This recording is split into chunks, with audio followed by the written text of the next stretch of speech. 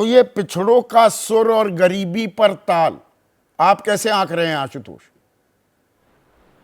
मेरा ये मानना है कि बहुत सारी जगहों पर एक मिनट जहां पर यशवंत, यशवंत, ये आशुतोष से सवाल था। आशुतोष, अच्छा, माफ कीजिएगा, माफ कीजिएगा।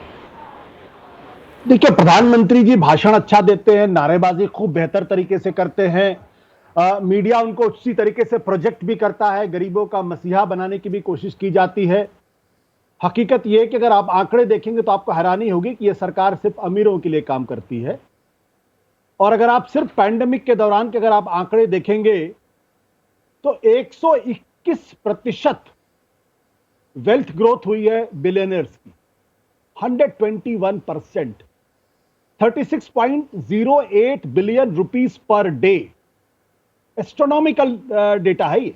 36 बिलियन मतलब, एक सेकंड में, थोड़ा जो दर्शक नहीं समझ पाते, बिलियन में 100 करोड़ रुपए होते हैं, तो 3600 करोड़ रुपए। जी। और जो गरीब एम्पावरिज्ड हुए उनकी संख्या 19 करोड़ से बढ़ के 35 करोड़ हो गई।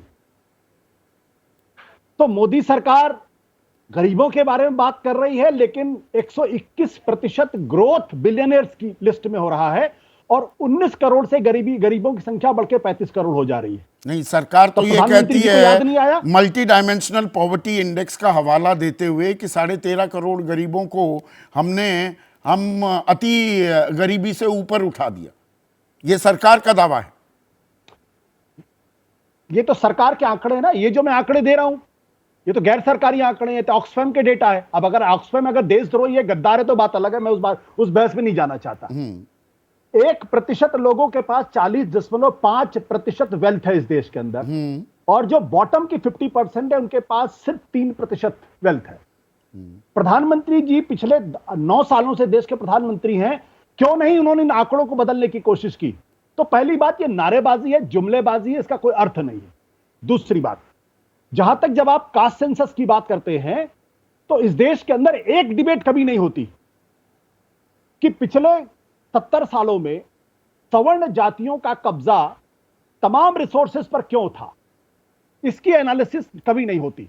लेकिन जब भी आप कास्ट सेंसस की बात करेंगे, जब भी आप पिछड़ों की बात करेंगे, तो कहेंगे देखिए यादवों ने सारे रिसोर्सेज पर कब्जा कर लिया, कुर्मियों ने सारे रिसोर्सेज पर कब्जा कर लिया, जाटों ने सारे रिसोर्सेज पर कब्जा कर लिया। यह कोई नहीं कहता कि ब्राह्मणों ने, क्षत्रियों ने, वैश्यों ने, और हम सब लोग अपर कास्ट के हैं, इनका कब्जा पिछले 70 साल में था। यह डिबेट क्यों नहीं होती? क्योंकि आज आपके पैनल में भी, माफ करिएगा संदीप, बट आज के इस पैनल में मुझे नहीं लगता कोई इसमें ओबीसी का या दलित तबके का है जो अपना पर्सपेक्टिव रख सके। तो हम सवर्ण जातियां ही ओबीसी पॉलिटिक्स को भी डिफाइन करते हैं, दलित पॉलिटिक्स को भी डिफाइन करते हैं। वो कैसे सोचते इस बारे में नहीं सोचते हैं। तीसरी बात, अब जो ये कास्ट सेंसस आया हुआ है, भारतीय जनता पार्टी को दिक्कत क्या है? अगर वो इस कास्ट सेंसस के साथ खड़ी होगी तो जो 85% अपर कास्ट जो वोट करता है, पूरी तरीके से पोलराइज्ड होके वो कहेगा कि हमारा हक मार रहे हैं मोदी जी, आप बीजेपी, हम आपको क्यों वोट दें? तो ये जो सॉलिड 15% वोट है बिहार के अंदर, वो उनके यहां से छिटकता हुआ दिखाई पड़ेगा। तो चौबे जी बनने गए, छब्बे डूबे भी नहीं रहे, ये खतरा इनके साथ है।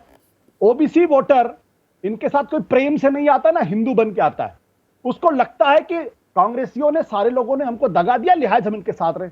चौथी बात, हम लगातार देखते हैं कि नीतीश कुमार का मजाक उड़ाते हैं, लालू प्रसाद यादव का मजाक उड़ाते हैं, तेजस्वी का मजाक उड़ाते हैं, मुलायम सिंह यादव का मजाक उड़ाते हैं, मायावती का मजाक उड़ाते हैं, और फिर हम ये कहते हैं कि ओबीसी हमारे जो है बड़े अच्छे लोग हैं, जो उनके नेता हैं, जो वाकई में सामाजिक न्याय की लड़ाई लड़ रहे हैं और पिछले 30 सालों में लड़ाई लड़ी है। जब वो अपने हक की बात करते हैं तो हम कहते हैं जातियों का उन्माद बढ़ाया जा रहा। जब आप जातियों के आधार पे पिछड़ों और दलितों के ऊपर अत्याचार कर रहे थे, और अच्छा हुआ कि मोहन भागवत ने कहा कि हम पशुओं के समान व्यवहार कर रहे थे, तब ये चर्चा क्यों नहीं बीजेपी करती है? तब नरेंद्र मोदी जी इसकी चर्चा क्यों नहीं करते? पर हकीकत ये भी है आशु, 29 मंत्री मोदी कैबिनेट में पिछड़ी जाति से आते हैं, वो खुद पिछड़े वर्ग के हैं। ये बात भी बताई जाएगी बीजेपी की तरफ से। यह भी बताना चाहिए कि नरेंद्र मोदी जी कब पिछड़े वर्ग में आए? जब वो मुख्यमंत्री थे तब क्या पिछड़े वर्ग में थे, या सरकार के दौरान वो उस कैटेगरी में लाए गए? ये भी तो सच्चाई है ना, इसका भी तो खुलासा होना चाहिए। हाँ, मैं एक 2008 बात में कहता मैं तो वो साल बता रहा और हूं। तो वो जन्मना पिछड़े तो नहीं है ना, वो तो 2008 में पिछड़े बने जब उनकी खुद की सरकार थी। तो एक प्रश्न जो है उसका जवाब देना चाहिए और इस पे बहस होनी चाहिए। मुझे लगता है कि हमारे बीच में बद्री नारायण जी, उनको इस पे चर्चा करनी चाहिए। वो चर्चा यह होनी चाहिए कि क्या पशुओं के समान 2000 साल तक व्यवहार किया गया या नहीं व्यवहार किया गया। और आज जब वो तबका, शोषित वंचित तबका जब अपने हक की मांग कर रहा है और उसकी पहली सीढ़ी रिजर्वेशन है, तो हम सब लोग क्रीमी लेयर के बारे में बात क्यों करते हैं? जब बिहार की 3.66% ब्राह्मण आबादी, 3.56% क्षत्रिय आबादी, इनका रिसोर्सेज पे कितने लोग हैं, इसका भी तो डेटा आना चाहिए ना। तो मैं बार बार कहता हूं कि जब पिछड़ा दलित बात करेंगे, जब मायावती बात करेगी, जब मुलायम सिंह यादव बात करेंगे, जब तेजस्वी यादव बात करेंगे, जब लालू यादव बात करेंगे, तब उनको बारे में कहा जाएगा जातियों का उन्माद बढ़ा रहे हैं और समाज को तोड़ रहे हैं। जिन्होंने जाति के नाम पे इंसान नहीं समझा, वो बहस नहीं होती इस देश के अंदर, क्योंकि हम सब लोग उन रिसोर्सेज पे हमारा कब्जा है। ये बात आपने कही बोलने नहीं, एक मिनट, क्योंकि आपने बद्री नारायण का भी जिक्र कर दिया। जैसे ही घड़ी का काटा दोपहर 2:30 पे आए, बबीता जी का दिल सास बहू साजिश के लिए मचल जाए। और ये है इनकी बहू, पूरे दिन ऑफिस की टेंशन हो जाए गॉन जब ये करें अपना फेवरेट शो फ्री टाइम पे ऑन। इनकी तरह आप भी देखिए अपना फेवरेट शो अपने टाइम पर और डाउनलोड कीजिए एबीपी लाइव ऐप अपने स्मार्ट टीवी पर।